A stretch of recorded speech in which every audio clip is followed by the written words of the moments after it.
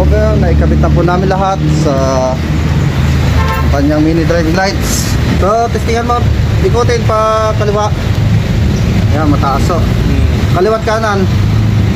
So ayan, tubusin na. So ayan.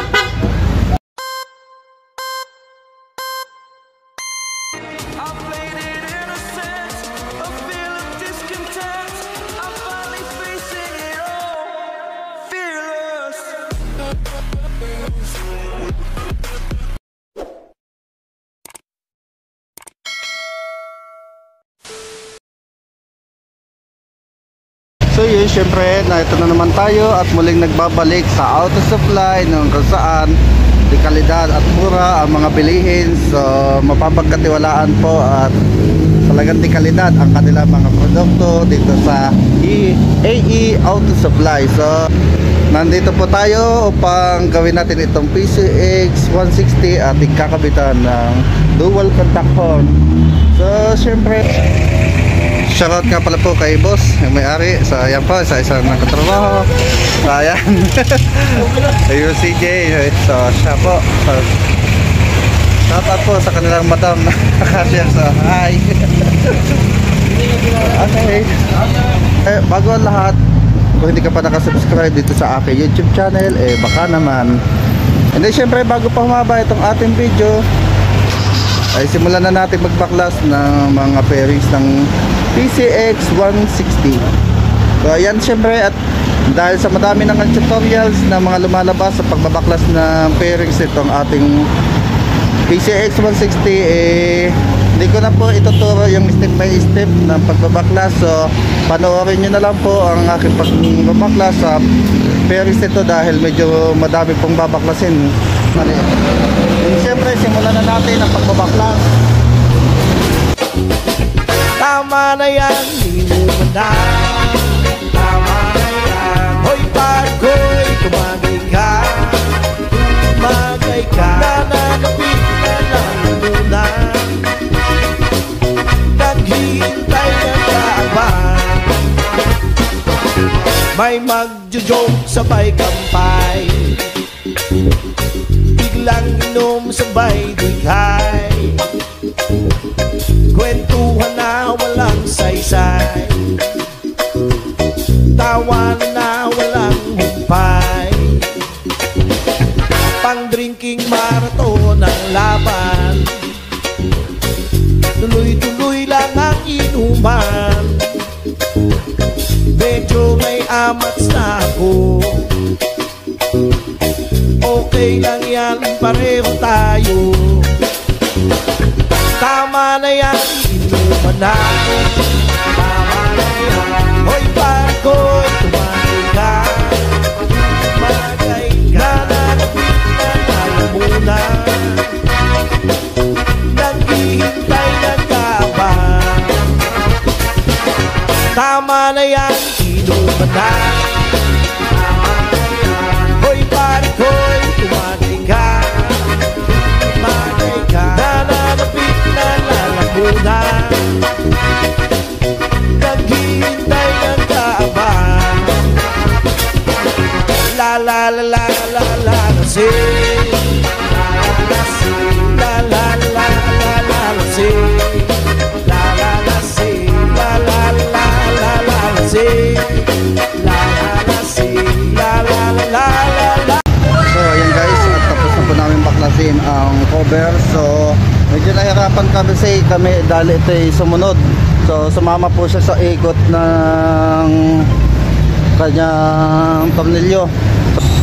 Okay, pina po natin ang first step natin sa pagtutrouble na to. Sa first step na gagawin natin para sa wirings nito. So kailangan muna natin ma-identify kung positive trigger ba siya o negative trigger. So gagawin po natin, lagay natin sa negative ang ating test line.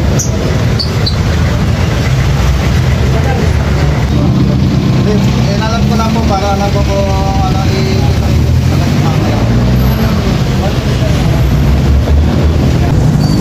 So ayan guys, nakita nyo at positive trigger po siya. So yun, positive po ang sinusupply ng kanyang galing sa busina. So okay, at gawin na po muna natin ang ating mga step. Sa ating bus relay po, ang laging palatandaan ng number 30 dyan ay ito pong tapat na may butas na ito. Number 30, 87, 87, 85 at 86. Ayan po ang mga kanyang mga coding. So gagamit na rin po tayo ng ceramic na fuse box. Tapos galing sa fuse box, diretso dito sa number 30. And then ito number 87, siya po diretso ng busina. At ito pong dalawa, ito ay dadaan po sa interrupter relay. So may interrupter relay po ito na gagamitin. So yan, wala na natin. So yan guys, ito na po yung ating wirings na pagagapangin papuntang battery, papunta sa relay and ground ng busina. So ito pong red white, ito po yung ground, at yung ito pong blue red, ito na po magiging positive nya. So ito po, babalutan ho natin ng tape ito para hindi po daminting lang. Saka natin babalutan ng insulation tube para siyang original na wiring. So simulan na po natin ang pagbabalot.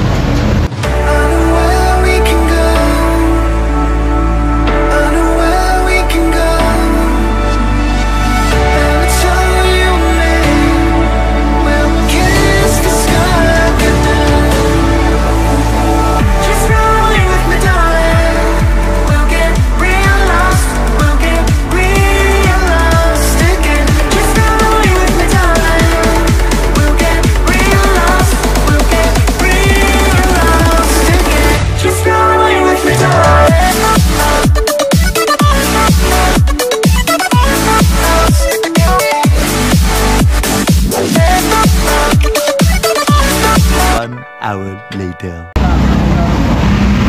So yun nga guys, at kung inyong makikita ay ito na ang aking wirings na so dito ko na po ilalagay yung kanyang fuse. So ito na po ang aking wiring. So gumapang papunta doon. Tapos ang gusto ni boss ay dito na lang namin ilalagay ang hollow switch. So ibubutas na lang daw po namin dito spots nito. So ayaw dyan dito. So okay, ayan.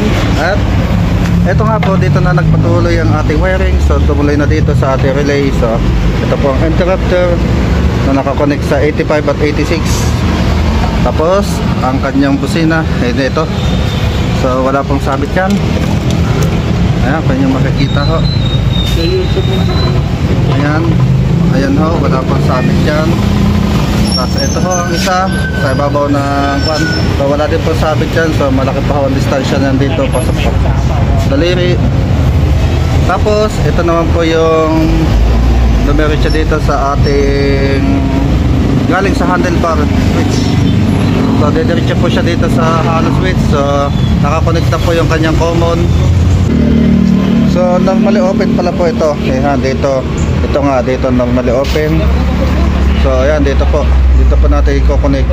Tapos ito pong isa ay normally close. So papunta po yan dito sa may positive trigger kasi ito, kaya dito natin i-connect siya sa papunta dito sa ating interrupter relay. Tapos ito isasama natin sa ground, papunta sa ground ditong busina. So ito po ang sisilbing ground ng ating busina, kaya lalagyan natin ng connector dito. Then magpapagapang pa tayo ng isang wire and hahanap tayo ng accessories line. A few moments later.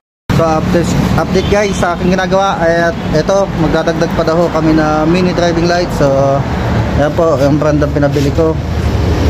So version 3 po ang pinabili, version 2 ang pinabili ko. Ayan, may 4 na wire siya.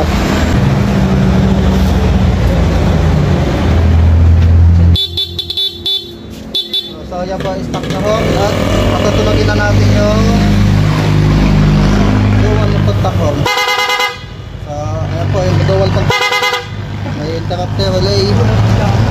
Tapos 2 hours later. So yan guys, update po sa akin ginagawa. So ito po yung tatakbo papuntang mini driving light. So one relay setup lang po tayo, power off line. So kung makikita nyo ito po, green ito Ito yung nanggaling sa ating fuse battery. Itong kulay green, tumakbo siya dito sa number 30 ng ating bus relay.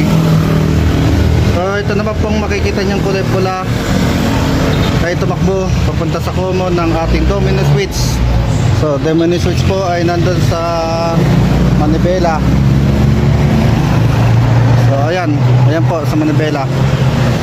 So ito po ang tanong, bakit po yung domino switch ang aking rinilian? So kasi po yun po ang method ng power of line 1 relay setup.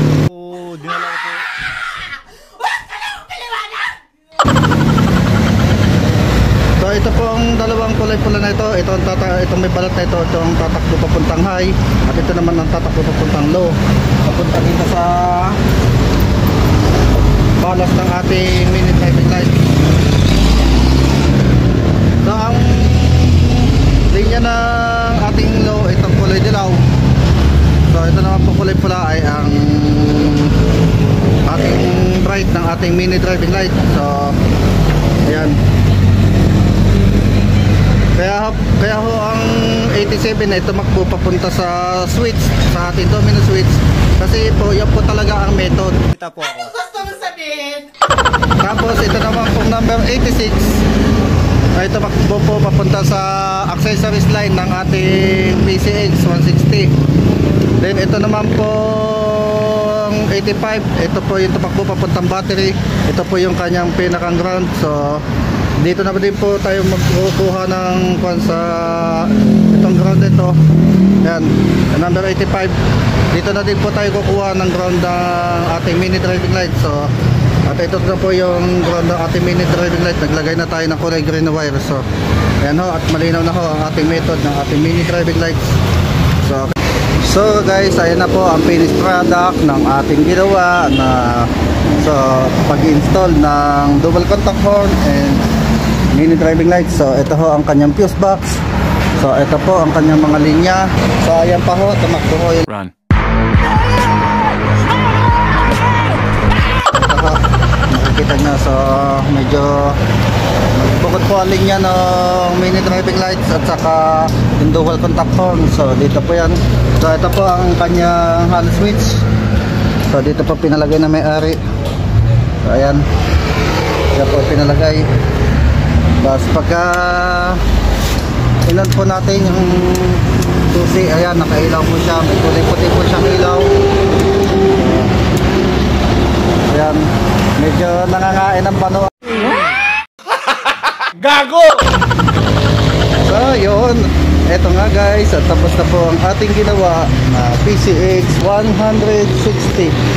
So ayan, buo na po ang kanyang over, naikabit na po namin lahat sa kanyang mini driving lights. So dito namin pinabit sa kung may makikita kayo dito tox, inalis na po namin yung tox dito, pinalitan po naman ng tornilyo. Ganun din ho sa kabila. Tapos ngayon titestingan namin kung hindi sasabit. So ayan po, malayo po sa kanyang tapalodo. So testingan mo, ikutin pa kaliwa. Ayan, mataas o. Kaliwat kanan. Ayan, kung yung makikita yan, ayan, malayo ho, hindi po sa tatama. So isa pa nga, pakaliwa, sagat. Ayan, taas pa siya. Kanan. Kanan. Kung susuot nyo yung daliri nyo ho, kasya pa ho isang daliri dito. Hindi naman po kayo liliko ng mabilis nang nakasagat itong manibela. So kaya kung liliko man kayo sa kalmada, ganyan lang ho. Kaya kahit lumabok siya, may allowance pa po siya dito sa gilid. So okay, ayan po. At ito na nga po ang kanilang magandang Pilipini. So ayan, nagtatampo kanina, hindi daw siya na shout out. Hi. Sige nga, hi mo. Ayan. Hi mo. Hi mo. Hi. Hi, patas. Ayan. Ayun, medyo madilim pa ho, kaya hindi po makita liwanag. Sina? Ayan, dim. Hi. Sige, tubusin na. So, ayan. Okay. Ganito na lang po and bye-bye.